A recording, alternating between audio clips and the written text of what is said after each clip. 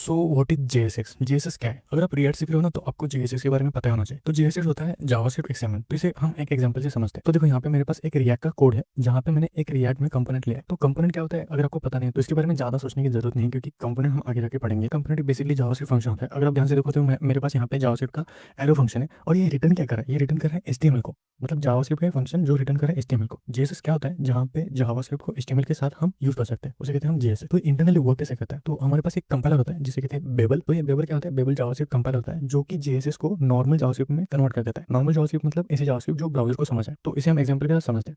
जैसे कि अब देखो यहाँ पे मेरे पास ये कंपोनेंट है।